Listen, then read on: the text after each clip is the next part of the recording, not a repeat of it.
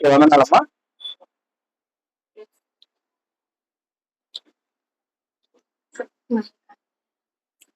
నేటి దినమున 66వ కీర్తన 11 నుండి 20 వచనాలు ధ్యానం చేసుకుందాం. చదవండమ్మా.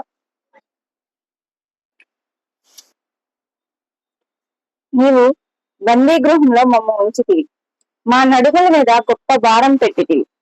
నరులు మా నెత్తి మీద ఎక్కునట్లు చేసితివి. మేము నిప్పుల్లోనూ నీళ్లలోనూ పడితిమి.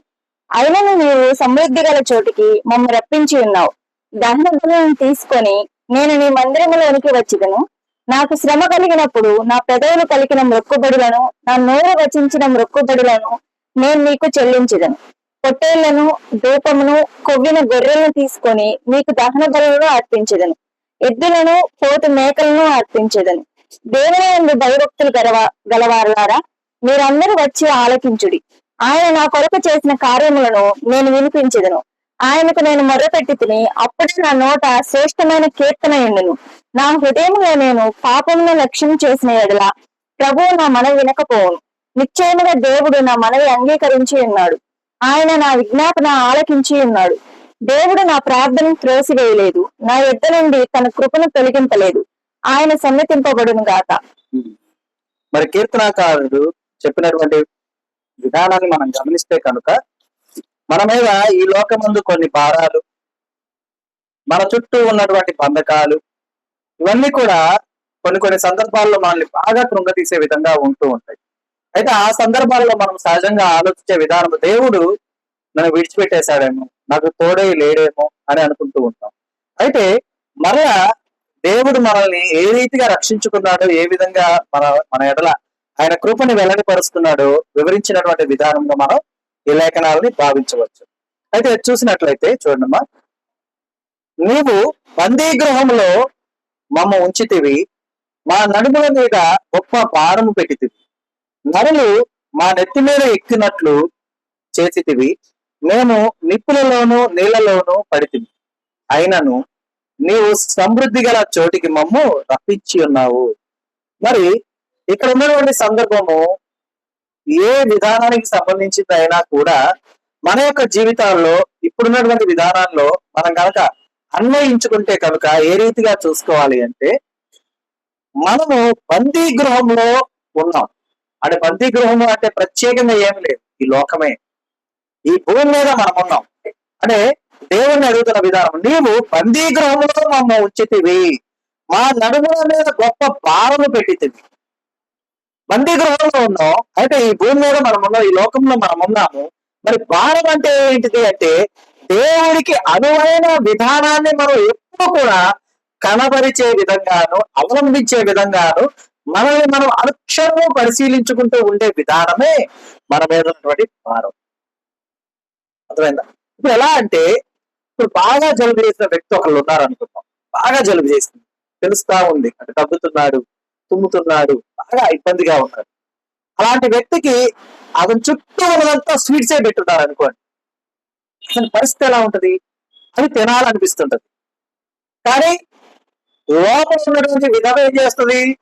తింటే మరి ఎక్కువ అవుతుంది అనే విధంగా ఉంటుంది. అంటే ఈ లోకంలో ఉన్న మనం ఈ లోక ఆశ అనేది కూడా ఆ రీతిగా భారంగా లాగుతూ ఉండగా, ఆ యొక్క భారాన్ని మనం భరిస్తూ లోకాశ నుంచి నియంత్రణ కలిగి ఆశ నిగ్రహం కలిగిన వారుగా ఉండుటకై మన మీద ఉన్నటువంటి ఆ యొక్క భారాన్ని మనం గమనించాలి.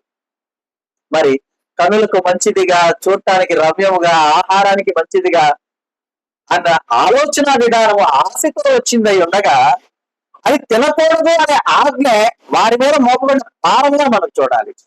అయితే అది తాత్కాలికమైన భారమే కానీ శాశ్వతమైన భారం కాదు. కానీ ఆశ అనేది తాత్కాలికమే. నరుని యొక్క ఆశ ఏదైనా సరే తాత్కాలికమే, శాశ్వతంగా ఉండదు. అర్థమైందా? ఎలా అంటే, ఒకరికి ఏంటంటే ఏదో ఒక వస్తువు కొనాలనే ఆశ ఉంటది, కష్టపడతారు, దాచి పెడతారు, ఆ ఆశ తీర్చుకుంటారట ఆ వస్తువు కొని. కానీ కొన్నాక ఎంతకాలం అదే ఆస్తిని వారు కలిగి ఉంటారు? వెంటనే అయిపోతుందా? ఒక రోజు మురిపం, 2 రోజులు, లేదా ఒక వారం, ఒక నెల, ఒక సంవత్సరం తర్వాత ఎప్పటికైనా మళ్ళీ పాపదేగా ఇక దాని మీద ఆశ ఉంటుందా? అలాంటి వస్తువు ఇంకోటి కనబడితే అబ్బ కావాలని మళ్ళీ తీసుకుంటామా? ఏమా ఏమంటాం? ఆల్రెడీ మా ఇంట్లో ఉంది అంటామా అనమా? అంటాం. అలాంటిదే ఈ లోక ఆశ. అయితే ఆ యొక్క ఆశను నిగ్రహించుకునే విధానమే మన మీద ఉంచబడినటువంటి గొప్ప భారంగా భావిస్తూ ఉంటారు. అర్థమైందా? అంతేకాదు, నరులు మా నెత్తి మీద ఎక్కునట్లు చేసితివి. మనల్ని కమాండ్ చేస్తుంటారు, మనల్ని బాధిస్తుంటారు, మనల్ని ఇబ్బంది పెడుతుంటారు, మన మీద అనేకమైన మాటలు చెప్తూ ఉంటారు, మన యొక్క పతనం కావాలని చెప్పేసి ఆశగా వారు ఎదురు చూస్తూ ఉంటారు. ఇలాంటి వారు అనేకులు మన చుట్టూ కూడా ఉంటూ ఉంటారు. అయితే మేము నిప్పులలోనూ నీళ్ళలోనూ పడుతుంది, అంటే కష్టాల్లో పడ్డాం, సంతోషాలని అనుభవించాం. అర్థమైందా? కష్టకాలం ప్రతిరోజు ఉంటుందా? మనకున్న కష్టంలోనే ఏదో ఒక సమయాన చిరునవ్వు రాదా ముఖాన? వస్తా రాదమ్మా? వస్తుంది. ఆ రీతిగానే మనము నిప్పులలోనూ పడితిమి, అలాగే నేలలోనూ పడితిమి. అయినను నీవు సమృద్ధి గల చోటికి మమ్మను రప్పించి ఉన్నావు. ఎందుకు? ఎలా రప్పించి ఉన్నారు సమృద్ధి గల చోటికి? అంటే నిత్య రాజ్యానికి ఎలా రప్పించగలుగుతున్నారు మనల్ని దేవుడు? అంటే ఏం లేదు, మన మీద ఉన్నటువంటి ఆ యొక్క భారాన్ని ఆ బందీ గృహంలో ఉండి మనము అనుభవించే విధానంలో మనల్ని మనము స్వపరిశీలన చేసుకుంటూ దేవునికి అతి పరిశుద్ధంగా మనల్ని మార్చబడేటటువంటి మన యొక్క హృదయాన్ని మార్చుకున్న విధానం, మారు మనస్సు అనుభవం మనల్ని దేవునితో నడిచేలాగా చేస్తుంది, దేవునితో జీవించేలాగా చేస్తుంది. కనుకనే సమృద్ధి గల చోటికి మనల్ని దేవుడు రప్పిస్తూ ఉంటాడు. అయితే ఎలా జరిగింది ఇదంతా చూడండి. దహన బలులను తీసుకొని నేను నీ మందిరంలోనికి వచ్చేదను. దహన బలులు తీసుకొని మందిరాలకు వస్తున్నాం. దహన బలి అంటే ఏంటి? దేవుడికి ఇష్టమైన బలి ఏంటి? నీ నిజమైన మారు మనస్తే, అర్థమైందా? నీతి కలిగి జీవించడమే, నిజాయితీగా జీవించడమే, యథార్థ హృదయం కలిగి ఉండటమే, ఇవే దేవుడికి ఇష్టమైన బలులు. అంటే మనము ఏ విధంగా అయితే దేవుడి కొరకు మనల్ని మనం మార్చుకొని ఆయన కొరకు మలచబడిన వారిగా మనం అవుతామో అప్పుడు నిజమైనటువంటి ఆ యొక్క దహన బలులు తీసుకొని మనం దేవుని యొక్క మందిరంలోకి వచ్చిన వారుగా మనం ఉంటాం. అలాగే నాకు శ్రమ కలిగినప్పుడు నా పెదవులు పలికిన మొక్కుబడులను, నా నోరు వచించిన మొక్కుబడులను నేను నీకు చెల్లించదను. మరి కీర్తనకారుడు చెప్తున్నాడు, అయ్యా నాకు శ్రమ కలిగినప్పుడు నేను ఏదైతే మొక్కుబడులు మొక్కి ఉన్నానో, ఏ పెదాలైతే అంటే నా పెదాలు ఏవైతే పలికి ఉన్నాయో, నా నోరు ఏదైతే వచించి ఉన్నదో వాటిని నేను నీకు చెల్లించదను. మరి మనము సమృద్ధిగా చోటికి రప్పించబడి ఉన్నాము అంటే రప్పించబడిన వారుగా ఉండాలి అంటే మొదట ఏంటమ్మా? దహన బలులు దేవుని కొరకు తీసుకుని వెళ్ళేవారుగా మనం ఉండాలి. దహన బలి అంటే అర్థం ఏంటి? మనమే మారు మనసు అనుభవం, యథార్థత, సమస్తము దేవుడికి ఇష్టమైనటువంటి విధానము, దేవుని బిడ్డగా ఆమోద యోగ్యమైనటువంటి సమస్తము కలిగిన వారుగా మనం మందిరంలోనికి వెళ్ళే వారుగా ఉండాలి. అలాగే మనం ఎప్పుడైతే మనకు శ్రమ కలిగినప్పుడు మన పెదవుల నుండి పలికిన పలుకులు, మన నోటు వచించినప్పుడు అంటే వచించిన ఆ మొక్కుబడులను దేవుని కొరకు మనము చెల్లించేవారుగా ఉండాలి. ఎందుకంటే ఇవన్నీ కూడా దేవుని యొక్క ఆజ్ఞానుసారమైనటువంటి విధానాన్ని అవలంబించేవిగా ఉంటూ ఉంటాయి మన ఎదుట. కాబట్టి మనం ఎప్పుడు కూడా ఆ విషయాలని గమనించాలి, గుర్తుంచుకోవాలి, వాటిని మనం పాటించాలి. అలాగే చూడమ్మా, పొట్టేళ్లను, ధూపమును, క్రొవ్విన గొర్రెలను తీసుకొని నీకు దహన బలులు అర్పించదను, ఎద్దులను, పోతు మేకలను అర్పించదను. అంటే ఇవన్నీ గడిచిన దినాల్లో, పాత నిబంధన కాల సమయాల్లో ఆ యొక్క విధానాన్ని కలిగిన వారుగా ఉండాలి. అయితే ఇక్కడ పొట్టేళ్ళు అంటే ఏంటిది? మనము ఈ లోకంలో ఇప్పుడు శ్రేష్టమైన ఆహారము అంటే ఏం చెప్తామమ్మా? బంధువులు రాక ఇంటికి వస్తే ఇంట్లో వాళ్ళంటారు, వెళ్ళి మటన్ తీసుకురాపోండి అంటే శ్రేష్టమైనదిగా భావిస్తాం. అంటే శ్రేష్టమైనటువంటి బలిగా నిన్ను నువ్వు మలుచుకోవాలి. అర్థమైందా? ఎక్కడైతే దేవుడు ఇస్సాకును తప్పించి పొట్టేళ్ళను అక్కడ ఉంచాడో ఆ పొట్టేలు వలె నువ్వు ఉండాలా. అర్థమైందా? పొట్టేళ్లను, అలాగే ధూపము, దేవుని సన్నిధికి ధూపం వల్ల వెళ్ళేదేంటి ఏంటమ్మా? ఏ ప్రార్థన? పరిశుద్ధుల ప్రార్థన. అంటే మన ప్రార్థన ఎలా ఉండాలి? పరిశుద్ధమైనదై ఉండాలి. అంటే మనము శ్రేష్టమైనటువంటి బలి అర్పణగా మనల్ని మనం మలుచుకోవాలి. అలాగే దేవుని చెంతకు చేరగలిగిన విధమైనటువంటి ఆ యొక్క ధూపముగా మన ప్రార్థన ఉండాలి. అలాగే క్రొవ్విన గొర్రెలను తీసుకొని నీకు దహన బలులుగా అర్పించదను. క్రొవ్విన గొర్రె అంటే దాని అర్థం ఏంటంటే రుచి కలిగినటువంటి విధానం. చూడండమ్మా, అంటే రుచి అనేది ఎప్పుడు తెలుస్తుంది? మనలో ఎవరన్నా చక్కగా మాట్లాడుతూ ఉంటే వినసొంపుగా ఉంటుంది వారి మాటలు. అలా కాకుండా ఈ లోకంలో ఉన్నటువంటి ఆ నుంచి అమ్మహా వరకు ఉన్నటువంటి బూతులన్నీ మాట్లాడుతూ ఉంటే ఎవరైనా ఉంటారమ్మా అక్కడ? ఉంటారా? ఉండరు. కాబట్టి మన నోట నుండి వచ్చేటటువంటి ఆ పలుకులు ఎలా ఉండాలంటే మధురముగా ఉండాలి, మంచిగా ఉండాలి, రుచించేవిగా ఉండాలి. అదేదా ఆ విధానాన్ని కలిగినటువంటి వారమైన మనము దహన బలులుగా మనల్ని మనం అర్పించుకునే విధంగా ఉంటూ, అలాగే ఎద్దులను పోతు మేకలను అర్పించేవారుగా. అంటే ఏం లేదు, ఇక్కడ అంతా కూడా మనమే ఒక్కొక్క సందర్భంలో ఒక్కొక్క విధానాన్ని మనం కలిగిన వారుగా ఉండాలి. అంటే ముందు వచనాల్లో మనం చెప్పుకున్నాం ఏమని, దహన బలులు తీసుకొని వస్తాను. దహన బలిగా తీసుకురావాలంటే ఏం కావాలి? ఒక జంతువు కావాలి. అయితే ఆ జంతువు ఎవరై ఉండాలి? మీ రూపాన ఉన్నదై ఉండాలి. అంటే మీరే దేవునికి దహన బలిగా అర్పించదగిన విధానముతో కలిగిన వారుగా ఉండాలి. అలాగే మనం ఎప్పుడైతే శ్రమ కలిగినప్పుడు మనం పలికిన పలుకులు, వచించిన పలుకులు సమస్తము దేవునికి అర్పించే విధంగా మంచి మనసును కలిగిన వారుగా ఉండాలి.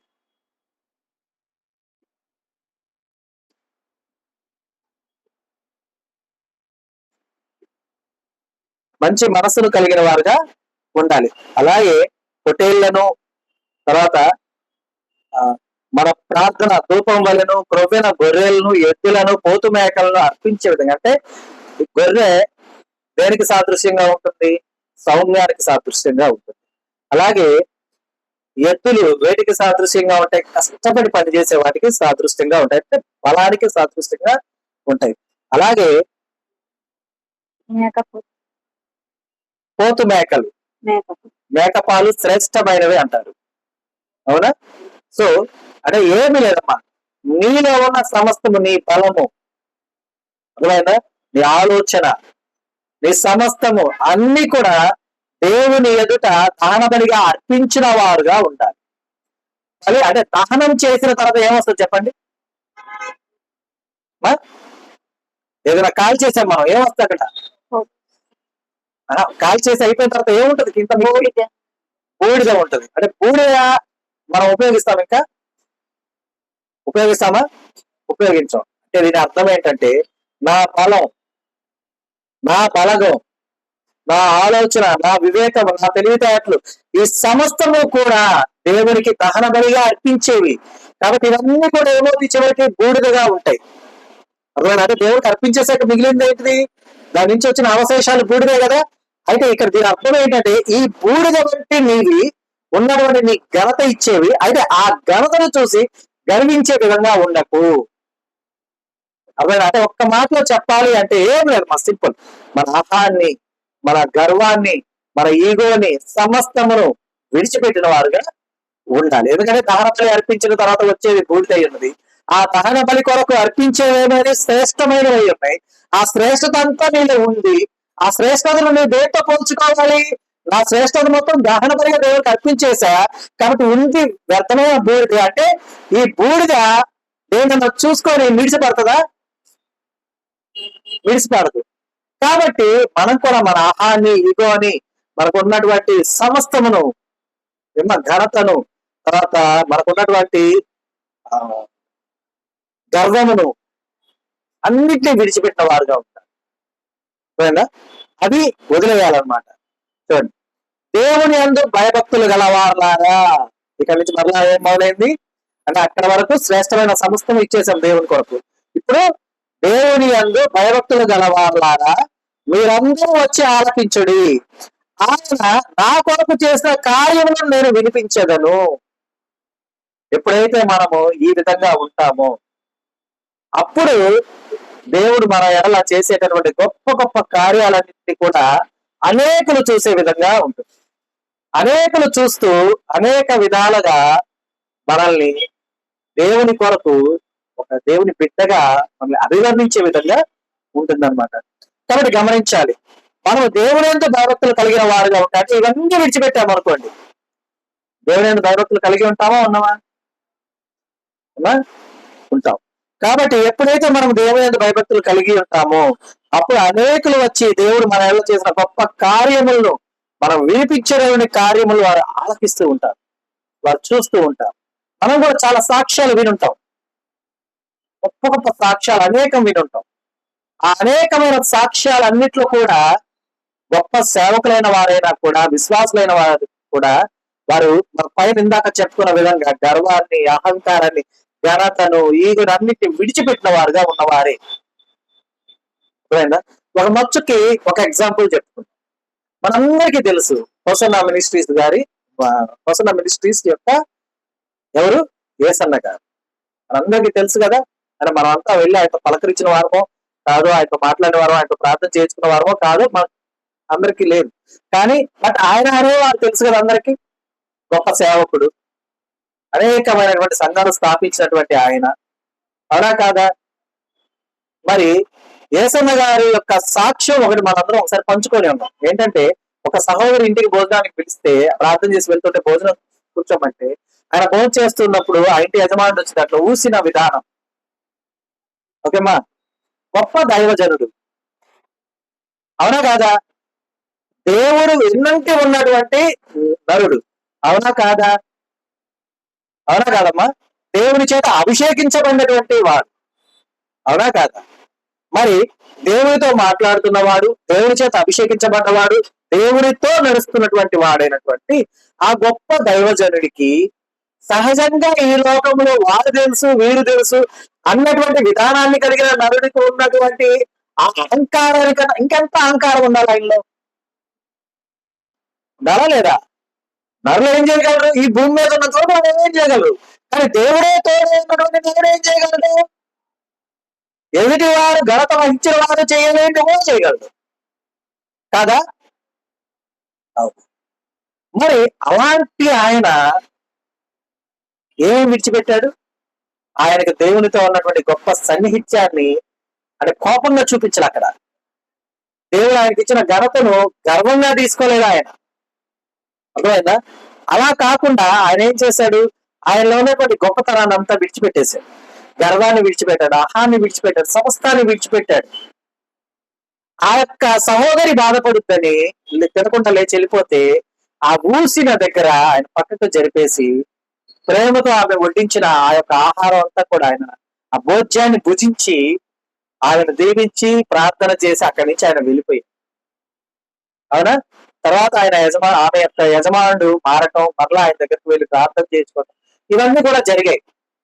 అయితే ఇక్కడ మనం ఆయన్ని పోల్చుకుంటే గనక చూడండి, దేవుని యందు భయభక్తులు కలిగినటువంటి ఆ దైవజనుడు ఆయన్ని ఎవరైతే అవమానపరిచారో అవమానపరిచే సందర్భంలో ఆయనకున్న బలాన్ని ఉపయోగించలేదు, బలగాన్ని ఉపయోగించలేదు, అహాన్ని, గర్వాన్ని, ఘనతను ఉపయోగించకుండా ఏ బూడిదైతే మౌనంగా అలా ఉండిపోతుందో ఆ విధంగా ఉండిపోయినటువంటి ఆయన కొరకు, ఆయన ప్రార్థన కొరకు ఎవరైతే వ్యతిరేకించారో ఆయన పరిగెత్తుకుంటూ వెళ్ళి ప్రార్థన చేయించుకోవాలా?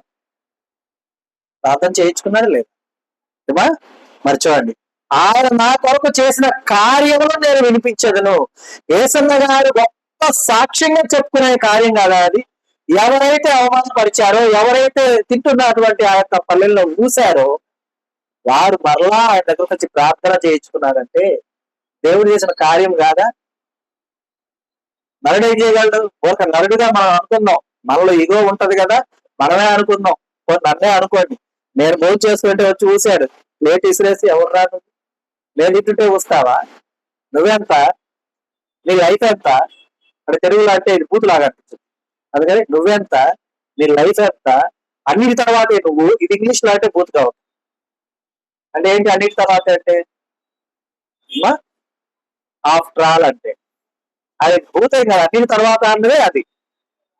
నీ లైఫ్ అంటే, నీ బ్రతికెంత అంటే నీ లైఫ్ ఎంత. ఇట్లా మాట్లాడితేనేమో ఎన్ని బూతులుగా అభివర్ణిస్తా అనమాట.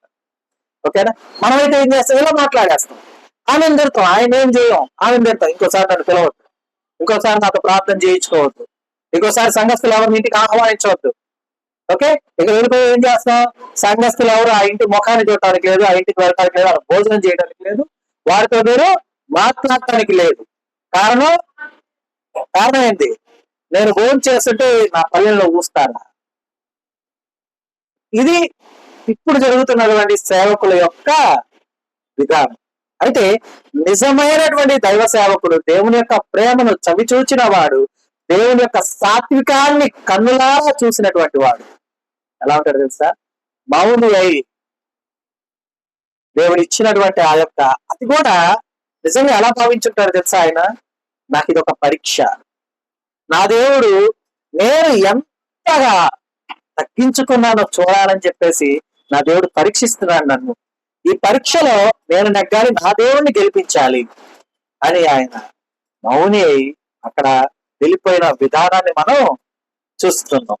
అయితే ఆయన దేవుడు ఆయన కొరకు చేసిన కార్యములు ఇప్పుడు మనం చూడలేమా? చూస్తున్నాం లేదు? ఆయన రాసిన పాటలు ఎంత గర్వంగా పాడుకుంటుంటాం.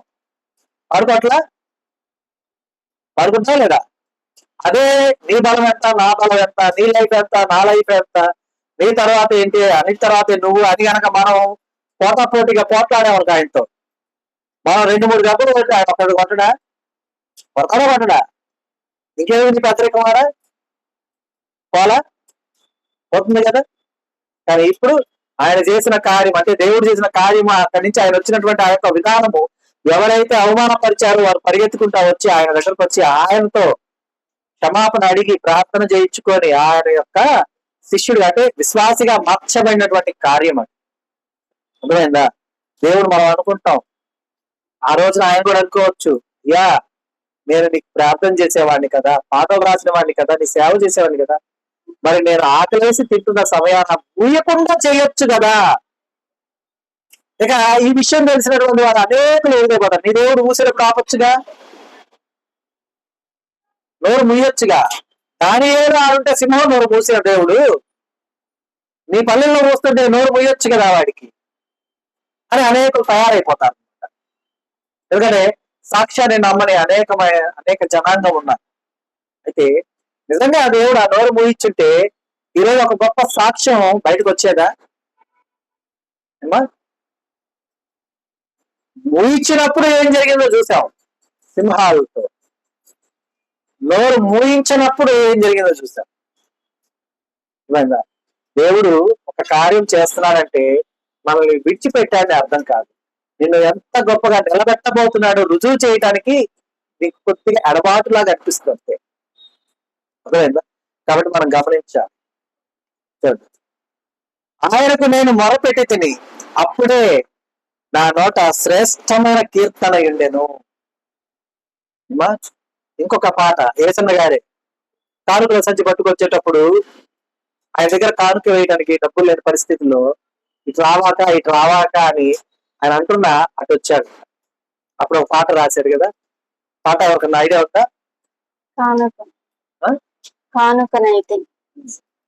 గుర్తుందా? ఇక్కడ కీర్తనకారుడు ఏం చెప్తున్నాడో చూడండి. ఆయనకు నేను మొరపెట్టింది, అయ్యా నా జేబులో రూపాయి కూడా లేదు కానుక వేయటానికి, సంచి వస్తుంది, కానుక వేయకపోతే బాగోదేమో అంటే అనేకులు చూస్తూ ఉన్నారు కదా. శాశ్వత కృపను నేను తలంచగా కానుకనైతిని నీ సన్నిధిలో. మరి శాశ్వత కృపను ఆయన తలంచగానే ఆయన చూసారా, ఇక్కడ ఆయనకు నేను మొరపెట్టి తిని అప్పుడే నా నోట శ్రేష్టమైన కీర్తన ఉండేను. యేసన్న గారు నిజంగా గొప్ప దైవజనుడు కాదంటారా? శాశ్వత కృపను, అయ్యా నువ్వు ఇచ్చిన కృప చాలా విస్తారమైన కృపను ఇచ్చావయ్యా, కానీ కానుక వేయడానికి నాకు అక్కడ ఏమి లేదంటే ఆయననే కానుకగా చేసిన గొప్ప విధానం. అర్థమైందా? కాబట్టి మనం గమనించాలమ్మా. మనం అనుకుంటూ ఉంటాం పనుల భారం కావచ్చు, కష్టకాలం కావచ్చు, వీటన్నిటిని చూసి ఏదో అయిపోయింది ఇక నాకు జీవితం లేదు అని మనం అనుకుంటూ ఉంటాం. కానీ నిన్ను జీవింప చేసే దేవుడు, నిత్య జీవానికి నిన్ను వారసులుగా చేసే దేవుడు నిన్ను ఎప్పుడు కూడా విడివాడు, ఎడబాయుడు. కాబట్టి గమనించాలి, నా హృదయంలో నేను పాపమును లక్ష్యము చేసిన ఎడల ప్రభు నా మనవి వినకపోవును.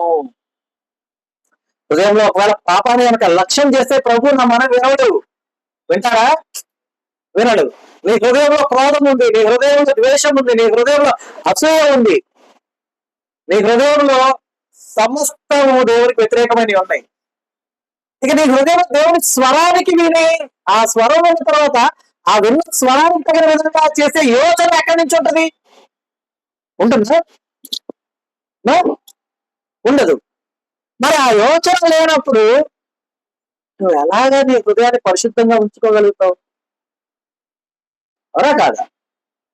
కాబట్టి గమనించాలి, మన హృదయాల్లో ఎప్పటికీ కూడా ఒకరి ఎడల ఏ విధమైన కోపం కావచ్చు, ఏ విధమైన ద్వేషం కావచ్చు, ఏ విధమైన అసూయ కావచ్చు, ఏ విధమైన కీడు చేసేటటువంటి ఆలోచనలు కావచ్చు, ఏమీ ఉండకూడదు. అర్థమైందా? అలాంటివన్నిటిని విడిచిపెట్టేయండి. అవేమీ చేయలేవు. అర్థమైందా? మనం అనుకోవచ్చు వాడి గురించి నేను ఆలోచిస్తే ఆలోచిస్తే ఆలోచిస్తే దేవుడు వాడిని శిక్షిస్తాడు అని. దేవుడు శిక్షించడు వాడి గురించి ఆలోచిస్తే. నువ్వు వాడి గురించి ఆలోచిస్తున్నావంటే అపవాడు ఏదో ఒకటి చేసి అది నీ ఆలోచనకు తగిన విధంగా జరిగింది అని నిన్ను భ్రమింపజేసి నిన్ను ద్వేషానికి ఎప్పటికీ నువ్వు ద్వేషించేలాగానే నిన్ను ఉంచుతాడు. అర్థమైందా? దేవుడు నీ నుండి ఎదుటి వారి నుండి కోరుకునేది ఏంటి? ఒకరినొకరు ప్రేమించుకోవటమే. నిన్ను వలే నీ పొరుగు వారిని నీవు ప్రేమించుట నీకు ఇవ్వబడినటువంటి ఆజ్ఞ ఉన్నది. అర్థమైందా? కాబట్టి మనం గమనించాలి, హృదయంలో ఎవరి గురించి కూడా మనము వ్యర్థమైన ఆలోచనలు ఉంచుకోకూడదు. ఎందుకంటే అవి ఉన్న ఎడల ప్రభు మన మనవిని వింటాడా? వినడు. గుర్తుంచుకోవాలి.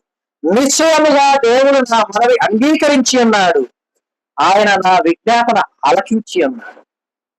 ఎప్పుడైతే మనం నిజమైనటువంటి విశ్వాసముతో, నిజమైన భయభక్తులతో, నిజమైన దేవుని ప్రేమను కనపరిచేవారుగా మనం ఉంటామో అప్పుడు దేవుడు మన మనవిని అంగీకరిస్తూ ఉంటాడు. లేదా ఆయన మన విజ్ఞాపన అన్నిటినీ కూడా ఆలకించి ఉంటాడు. గమనించాలి, దేవుడు నా ప్రార్థనను త్రోసివేయలేదు, నా యొద్ద నుండి తన కృప తొలగింపలేదు. ఆయన సన్నతింపబడుగాక. ఊసినప్పుడు దేవుని స్తుతించాడు, ఇవ్వలేనప్పుడు అవమానకరమైన క్షణం వచ్చినప్పుడు దేవుని స్తుతించాడు. ఇప్పుడు గొప్ప విశ్వాసిగా వెలుగొచ్చాడు. అలాగనే మనం కూడా దేవునిలో ఎదుగుతున్న వారుగా మనం ఉండగా మనలో ఉండకూడనివి ఏంటో మనం గమనించాలి. మన బలము, మన యొక్క శ్రేష్టత, మన ఘనత సమస్తమును విడిచిపెట్టి సాధారణమైనటువంటి వారుగా మనం ఎప్పుడైతే మలచబడతామో, అలా మలచబడిన తర్వాత హృదయాంతరంగంలో దేవుని గురించి తప్ప ఏ యోచన లేకుండా ఉంటామో అప్పుడు సమస్తము కూడా దేవుడు తన అధ్యక్షతను మనకు నెరవేర్చే దేవుడిగా ఉంటాడు. కాబట్టి ఆ రీతిగా మనముంటూ ఆ విధంగా దేవుణ్ణి ఎదుర్కొంటూ ఫలించేవారుగా మనం ఉండాలని ఆయన కృప నిరంతరం మనకు తోడే ఉండి మనల్ని నడిపించును గాక. ఆమేన్. ఈ దినం దేవుడు మనకు అనుగ్రహించిన తన సత్యవాక్కును బట్టి దేవుడికి కృతజ్ఞతాస్తుతులు చెల్లిస్తున్నాను. దేవుడు తన వాక్యమును దీవించును గాక.